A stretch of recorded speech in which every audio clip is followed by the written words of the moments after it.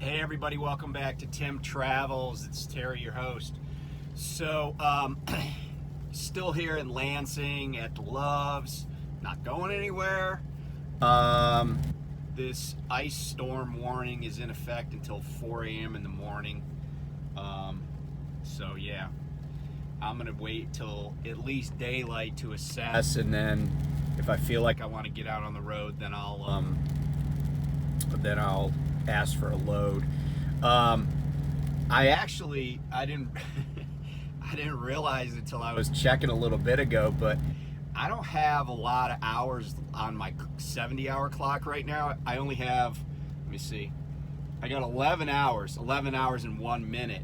But over the next 2 days, I only have 5 hours and 47 minutes coming back. I don't know why, but lately I've gotten these weird peaks and valleys in my recapping, and I try and after one cycle of that nonsense, where like one day I got back like, an hour and 5 minutes or something. I tried to even it out a little bit more, but I'm still having issues. So and I don't know what's in the out. I mean, I'm sure there's plenty of time in the out days, but so basically tomorrow and the next day I would need to survive on about a little under 17 hours.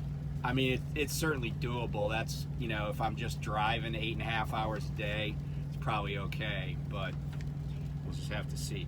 So I wanted to talk about a few things involving money, especially the new pay plan for B and C seat drivers at Prime, and some thoughts on that, and really some thoughts on what it means for the trucking industry in general. But the other thing I also want to talk about is somebody asked me the other day, what would be a good investment vehicle for a person that owns a small business. And they mentioned a simple IRA and a SEP IRA. Now, so I want to talk about that for a sec. I will say that these two are not the only options. You can certainly have an individual 401k. I'm not a huge fan of the 401k when it comes to a very small business owner, in part because there are a lot of administrative costs for 401ks. I mean, unless you have probably at least 10 or more people, 401k is not, going to be worth the administrative burden and the administrative cost. And then there are other things. You can do a self-directed plan. You could do, you could almost even set up your own pension. There are different ways to do it, but a lot of those have high administrative costs. They give you options. They give you a lot of options in many cases, but they have really high administrative costs. So both a SEP and a Simple are, to me, better vehicles. Maybe without as many bells and whistles, but you get what you pay for. And sometimes simpler is better, especially in financial services. The more services you have, the more financing you're going to have. And what I mean by that is that a lot of people do okay on their investments, but what really hurts their returns are fees. And so if you can come up with strategies to avoid fees, and I used to be a guy that collected fees, and people did pay me for my advice. They also paid me for access to certain investment vehicles that the general public's not just, you're not going to buy off the internet. So stuff a little more sophisticated for people with larger portfolios. But let's talk about the SEP and the Simple. I'll talk about the Simple first. A Simple can be set up. It's basically it's a simple IRA, right? And with a Simple, the company can contribute and the individual can contribute. But the contribution limits are not as high as with a SEP. A simple is great if you have less than 100 employees, and you could do it for one person. But I'm going to tell you in a couple of minutes why I think that wouldn't be the best use of a simple for just one person or maybe two people. Let's say two people that are,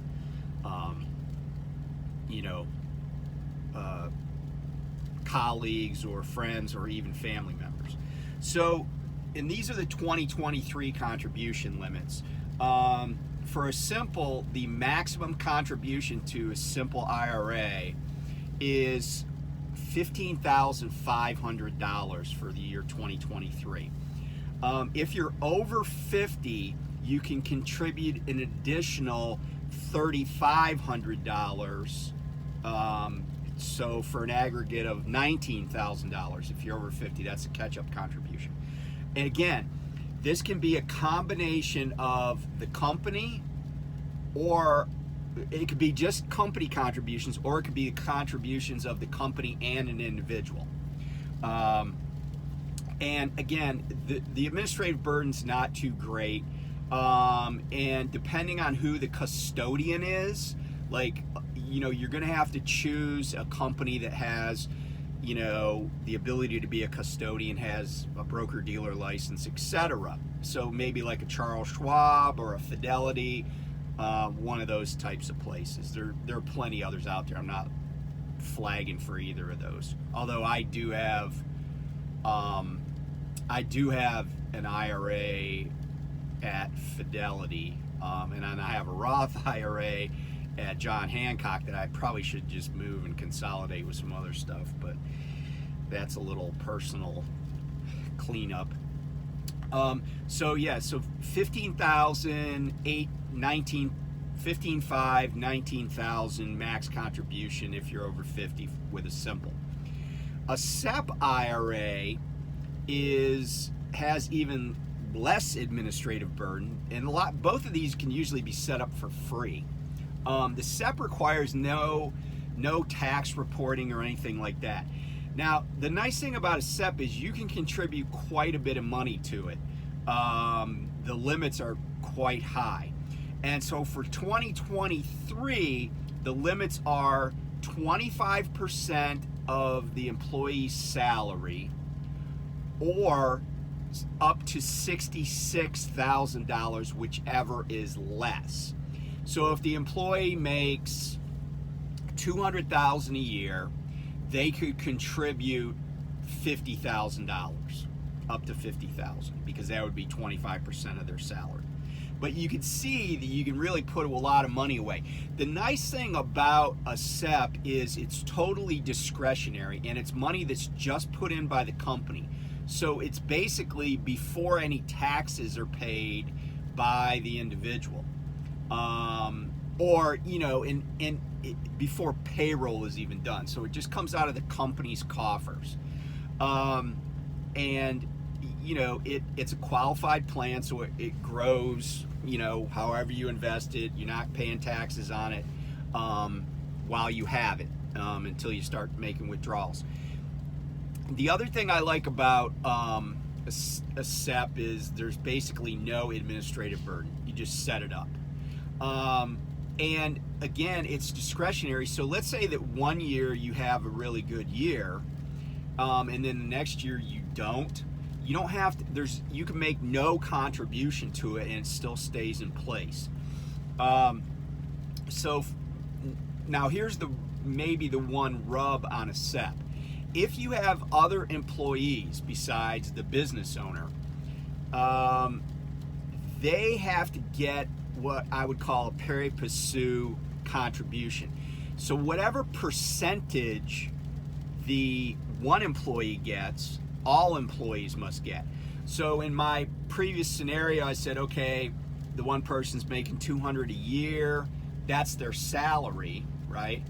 The company puts in $50,000. So that would mean you'd need at least $250, but really you need more like $300 because of taxes and yada yada. But if you put in that full 25%, let's say there was another employee that was making $10,000 a year, you would also have to put $2,500 in for them, 25% of their salary. So whatever one person gets, everybody gets. So that's the key too, is just knowing that you're going to have to do that percentage, right? So everybody gets the same percentage on a SEP. I think a SEP is a great idea. I've said this before, the market is on sale. The market was down, I think maybe a little bit today, but yesterday it was down quite a bit. I think it's a great time to invest in the stock market. If you believe, as I do, that stocks typically return to where they were in the past. A lot of stocks are on sale, and the economy will turn around at some point, and those stocks will start heading up. But that's not the time to get into it. The time, everybody knows the maxim of buy low and sell high, but as I've said before, a lot of people can't psychologically bring themselves to do that. The other thing too is a lot of times when the market's down, people's personal money is down too. And sometimes it hurts. You gotta save till it hurts, right? Invest till it hurts sometimes to get there. So anyway, I hope that helps a little bit. And like I said, you can go online and set these accounts up. You just need a little bit of information. A lot of them, don't have to be funded immediately. You set it up, and then you could just set up automatic funding later on, or you could trigger it or whatever. But the important thing is getting it set up. Then it's there. Then when you say, hey, we got some money laying around, let's put it away, you can do that. Okay, so let's talk about the new B and C seat compensation. I took a look at the message that was sent out, so I saw it in writing, and I want to share a couple of thoughts on this. And other people have certainly weighed in on this, and I gave kind of a hot take on it earlier in an earlier video, but I want to look a little harder at the numbers. So for B seat, and I'm going to focus on that because that's the TNT student is a B seat, right? So they have a base salary that's equal to $128.57 per day. Now, if you multiply that by 7, that's the $900 a week that they were already getting. So they're going to get that base salary. No matter what the truck does that day, no matter what they do, they get the base salary. And by the way, the C seat base salary is $800 a week. In addition, the B seater will, once they do, and this is I'm quoting here, total productive hours. That's what the message from Prime says. Total productive hours exceed 10.7 hours in a calendar day, right? And just for reference, right, 10.7 hours is 10 hours and 42 minutes. So anything over 10 hours and 42 minutes is compensable at $12 an hour, okay?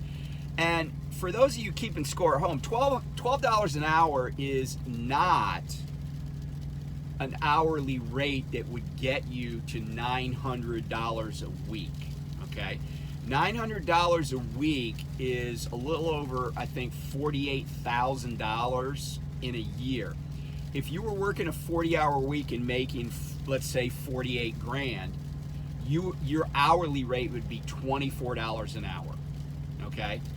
The $12 an hour, here's the interesting thing. I'm not sure if the $12 an hour actually meets state minimum wage requirements in some states. But I think that if you aggregated anything over 10.7 that was being paid at 12 with the 900, then the total hours worked would come out to be significantly higher than any state minimums. So I don't really see a problem with that. And by the way, I've advised companies on, wage and hour stuff. I've handled wage and hour investigations conducted by the U.S. Department of Labor. I've negotiated terms of settlements for those for companies. Now, here's what's really interesting to me about this, and then I'll come back to how I think this will impact individual drivers like me who have a trainee on their truck. I think what's really interesting about this is that Prime matters, even though they're not a publicly traded company, they matter because they're huge. They're a big player. And the fact that they've decided to go to a partial hourly compensation regime for trainees is pretty interesting. When I was training at night in 2019, when I was in CDL school, what they call Squire, I made a flat $400 a week. When I was in training, which we would call TNT at Prime, I made $500 a week flat. And I'm going to illustrate the differences between what I went through and what we have at Prime. So at night, when we did CDL school, it was basically a 9-to-5 job, 5 days a week, and we got paid $400. We never worked weekends. We never were on the pad at any time other than, I think we had to be in our seats at like 7:45 or something. And we were done by 4 every day. I say 9 to 5, but it was really earlier than that, right? And we had, a standard lunch break time. We did some like other stuff, like some field trips. Like one time we went up from the terminal in Phoenix to the corporate headquarters, met all the C-suite people, CEO, CFO. We had lunch up there. They treated us pretty well. But the point is, we didn't work. You never saw anybody on the pad at night. There was nobody there. We didn't have people with, permits driving around America like Prime does. So we really did just have like this 8 to 4 job, and we got paid a flat rate. In fact, I had so much time off that on the weekends, because I was living in my Sprinter, at the terminal actually in Phoenix, I would like haul stuff in my Sprinter on the weekends. I would pick up work on the weekends. I'd like pick up something in the Phoenix area and haul it to Denver, and then I'd find something to bring back and make some extra money on the weekend. So that was the first thing. The second thing is, during what we would call the TNT phase, I was not a team with my trainer. So like on days that I drove the truck, he didn't drive a lot of those days. Days that he drove, I didn't drive. Now, as the training progressed, and I was in training for 28 days, it was a daily requirement, not a mileage requirement. As training progressed, I kind of drove a little bit more than he did because I was, learning more, etc. But we basically, we would drive at night sometimes, NIGHT. But I would say the vast majority of the time we were stopped at night, either at a truck stop or at one of Knight's terminals. So that was the other thing. We didn't, it wasn't constant like back and forth across the country. We weren't teaming really. So that's the difference. And what happened, somebody mentioned to me in a comment that they got called when they were in PSD, and somebody in HR asked them what they thought of their comp. And they're like, I'm just paying my dues basically. And you could find a comment in a couple of videos ago, And then apparently this person had enough presence of mind to ask HR, well, why are you asking me this? And HR was like, oh, because somebody sued us saying that we didn't pay minimum wage in PSD. And the reason it would be really easy to not pay minimum wage is because if a driver like me was like doing PSD and I'm like, yeah, be out on the pad at 0600, and then, we're on the pad for 6 hours, and then we go do some more stuff, and I'm just like, yeah, okay, let's go on the road. You can drive for a few hours. It would be really easy for somebody to work 15 hours in a day in that scenario, or be, under supervision, like not have their own time. Like, because even if they're, even if like they were like, oh, I got to go to this class. Okay, well, I don't have them clocked in on the truck maybe, but, as on duty, but they're still working, right? They're doing what they're supposed to do. So they don't, and their time is not their own. So that means they're working. So that, it might have been the impetus behind this. Now, let's talk about the impact on drivers like me or anybody that trains. And, my initial reaction when I heard the $300 a week thing was, whew, that's really upping things. But I think that is kind of a stretch, and I'm going to tell you why. With a B-seater, with a TNT student, 10.7 hours a day, right? A lot of the, if you talk to anybody that's trained on my truck, they will tell you we spent a lot of time running back and forth across the country, right? Because that's what team loads do. We'd pick up in Salinas, California, and deliver in Westfield, Massachusetts. We'd pick up in Massachusetts, go to Laredo, Texas. Laredo back to Massachusetts. I mean, we did shorter trips, but we certainly, I remember the very first run I got with the very first trainee. We picked up in Asheville, North Carolina at Sierra Nevada Brewery, and we took it all the way to Chico, California. And then what did we do? We were in Chico, so you know where you're going. Salinas, load of vegetables. I don't even remember where that went, but it came to the East Coast. So, the idea that, and so 10.7 hours, right? My trainees can only drive 11 hours a day. So supposing for a moment there's some fueling time, and then, maybe there's pre-trip time. Okay, so let's say pre-trip and fueling on a given day, what are we talking, an additional 25 minutes? And then pretty much they're driving, right? It's like, hey, we're in Cheyenne. Wake me up when we get to Iowa. There goes their 10 hours plus of drive time. So, on a day-to-day basis, I don't see like trainees racking up like even 2 hours on a daily basis, even an additional $24 a day.